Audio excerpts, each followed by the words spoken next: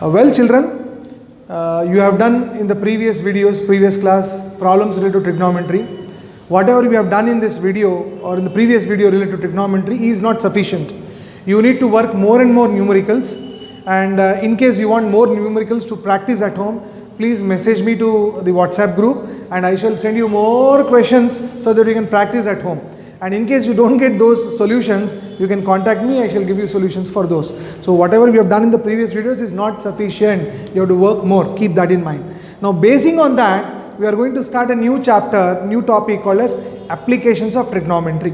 Alright, now how and where do you apply trigonometry? Before I move forward, let me make you aware of certain terminologies, like what do you mean by inclination? Inclination is also otherwise called as elevation, right? Now, what do you mean by inclination? Let us say this is a human eye. This is a human eye, and you are looking straight. When you are looking straight, you call that as a line of sight. What do you call this as? Line of sight. When we look straight, we assume that is line of sight. And if you see above, the angle you made with the line of sight, the angle you made with the line of sight is called angle of inclination, is called angle of inclination or elevation. Now, if you see below, right? So, what do you mean by below? It is called angle of declination. Also, it is called as depression. Whenever you see below the line of sight, it is called angle of declination or depression. Alright. So please keep it in mind. Straight you see, that is line of sight.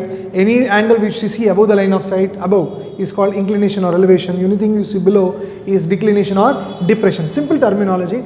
And apart from that, in this chapter, you should know the concept of transversal and parallel lines. We all know if two lines are parallel and if a line, straight line cuts these two lines, that line is also otherwise called as transversal. It is called as what? Transversal. Right? Now this angle will be always equal to this angle. If I call this as angle 1 and this is angle 2, angle 1 is equal to angle 2. Why? They are called as alternate angles. They are called alternate angles. Similarly, this angle, I call this as 3, is equal to 4. Why 3 is equal to 4? Angle 3 is equal to angle 4 because they are corresponding angles. Corresponding angles are always equal, alternate angles are always equal. Similarly, I can say this is 5. This is 5. Angle 1 is equal to angle 5, I will say. Why angle 1 is equal to angle 5? Everybody knows that they are equal. But why? Because they are vertically opposite angles are always equal. Vertically opposite angles are always equal. Similarly, angle 2 is equal to angle 6. They are vertically opposite angles. Angle 3 is equal to angle 7 because they are vertically opposite angles. Angle 7 is equal to angle 8. Why angle 7 is equal to angle 8? They are corresponding angles. You tell me why angle 8 is equal to angle 3? They are alternate. Alternate means one is on this side of line, one is on other side of line. So what is important is that you should know that they are equal, and the second thing is why they are equal. So this terminology, vertically opposite angles, corresponding angles and alternate angles, I keep frequently using. Apart from that, I use this terminology angle of inclination, angle of declination and depression while doing problems related to trigonometry or applications of trigonometry. Apart from them, children, you need certain basics like 6 trigonometric ratios. What are 6 trigonometric ratios? Formula, let us say sin theta, cos theta, tan theta, cot theta, secant theta and cosecant theta. What is the formula for sin theta? It is opposite to theta by hypotenuse. What is the formula for cos theta? It is adjacent to theta by hypotenuse. What is the formula for tan theta? It is opposite to theta by adjacent to theta. What is cot theta formula? It is adjacent to theta by opposite to theta. And what is the formula for secant theta? It is hypotenuse to theta, or just simply hypotenuse by adjacent to theta. And what is cosecant theta? Cosecant theta is hypotenuse by opposite to theta. So you can see the relationship here. they are reciprocal to each other. So this 6 ratios of the trigonometry you need to by heart and you need to know. Apart from that, there is something called as value table. You need to know the fundamental values of sine, cos and tan. Sine 0, sine 30, sine 45, like sine 0, 0, sine 30, 1 by 2, sine 45, 1 by root 2, sine 60, root 3 by 2, sine 91, cos 0, 1, cos 30, root 3 by 2, cos 45, 1 by root 2, cos 60, 1 by 2, cos 90, 0, tan 0, 0, tan 30, 1 by root 3, tan 45, 1, tan 60, root 3, tan 90, infinity. At least these values, if you are thorough and perfect, then I am sure you will enjoy this chapter, children. So I want you to pause the video, maybe some sketches here and there you can draw in your notes, and then we will move out for the first problem in applications of trigonometry. Yeah, okay children, I am sure you have copied those things. Now let us do a problem. I read the question for you. A tower stands vertically on the ground from a point which is 15 meters away from the foot of the tower. Let me draw a rough sketch for you. There is a tower. Point I take P, which is 15 meters away from the foot of the tower. The angle of elevation. Elevations means what did I tell? What did I say? You must see above. So this angle of elevation of the top of the tower is 45 degrees. What is the height of the tower? So see how beautiful it is. You are on the ground with the help of sextometer or angle measuring instrument. I have found out the angle of elevation of the top. Without climbing onto the top, I am finding the height of the top. How funny and how interesting it is. You don't climb a mountain. Without climbing on the mountain, sitting here, you can judge, not judge, you can be accurate on finding the height of the mountain. So that's what is applications, right? So you have angle 45 degrees. So let me say this is the opposite side to 45 and this is the adjacent side to 45. Now here I will say consider sine, this is the height. Height of what? Height of tower. It's a tower. Right? H be the height of the tower. So consider sine 45. Now why did I consider sine 45? Because H is what you are supposed to find, and how it is related to 45? It is opposite. What is 15? 15 is the distance between the point of observation and the foot of the tower. How is this related to 45? It is adjacent. Using opposite adjacent, what trigonometric ratio you know? Sine. So sine 45 is opposite to 45 by, not sine 45, I will take tan. Opposite by adjacent is tan. So opposite to 45 by adjacent to 45. Now what is tan 45 value? 1. What is the side which is opposite to 45? H. What is the side which is adjacent to 45? 15. Cross multiply. What is H is equal to 15 meters. So therefore the height of the tower is equal to how much? Therefore I will say height of the tower is equal to 15 meters. See, copying a question will take time but writing the solution is very easy, subject to the condition you understand what the problem is. Alright, so I want you to pause the video. Meanwhile we will go for the next question. Okay children, I will read the question slowly for you. You may copy this down. A tree breaks due to storm and the broken part bends so that the top of the tree touches the ground by making an angle 30 degrees. Let us stop here. Let us imagine there is a coconut tree. Alright, there is a coconut tree.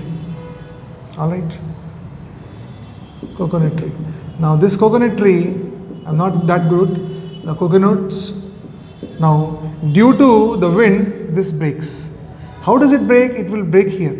Now the upper part of the tree, when it breaks, it touches the ground at some distance.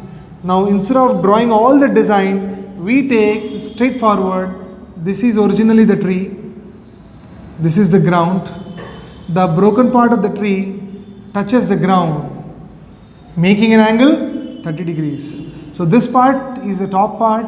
This is the part which is not broken. This is the broken part, and this is the ground, and this is the point where the tree touches the ground. So I am sure you are clear till here. The distance between the foot of the tree, and top of the tree touching the ground is 6 meters. Find the height of the tree before falling down. So before falling down, in order to find the height of the tree, means originally tree was here, now it fell down from here to here, alright, means you are supposed to find this part and you are supposed to find this part. Means if I call this as A, if I call this as B and this point as P, in order to find the tree, height of the tree before it was broken, I need to find AB and I need to find AP. AP plus AP, AB plus AP will give me the height of the tree before it was broken. So now guys, this BP is 6 meters. Let us find this. I will say, how is this related to 30? It is opposite side. How is this related to 6? How is this 30 related to 6?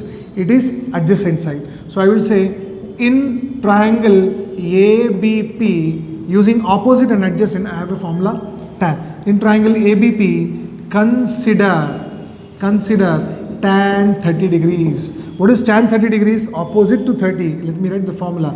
It is opposite to 30 by adjacent to 30. Alright. Now what is the side which is opposite to 30? Opposite to 30 is AB. By what is adjacent side to 30? It is 6. So tan 30 is equal to 1 by root 3. So therefore, what is AB is equal to 6 by root 3. 6 1 is 6 by root 3. So you got AB, this part of the tree. Now we have to find AP. Now how is this AP related to this angle or this angle? It is always fixed. AP is the hypotenuse. And now using hypotenuse and adjacent, what formula you recollect? You recollect cos. I will say consider cos 30. Let me write cos 30 is adjacent to 30 degrees by hypotenuse. Now what is cos 30 value? Root 3 by 2. Now what is the side which is adjacent to 30? The side which is adjacent to 30 is what? BP. Right? BP. And what is BP is equal to 6 meters by hypotenuse. What is hypotenuse? Hypotenuse is what? AP. So let me cross multiply. I will get root 3 into AP is equal to 6 2s are 12, or AP is equal to 12 by root 3 meters. I got the value of AP. I know the value of AB. Now what I want to find the height of the tree before it fell down. So therefore, height of the tree before falling down is equal to AB plus AP. What is AB value? 6 by root 3 plus what is AP value? 12 by root 3. Now what is 6 plus 12? 18 by root 3. If you are interested, you can simplify. I am interested, I will simplify by multiplying and dividing by root 3. So finally, it is 18 root 3 by what is root 3 into root 3? 3, 6, 3 1s are 3 6s are. So therefore, it is 6 root 3 meters. If you are interested still, write the root 3 value as 1.732 and calculate what you get is the height of the tree before falling down. So is it not interesting, children? You can do such kind of problems very easily using the trigonometry formulae. So that's why this chapter is called as applications of trigonometry. So in the classes to come, we will try to understand and do more intricate questions of this sort. Thank you, take care and bye-bye and keep practicing.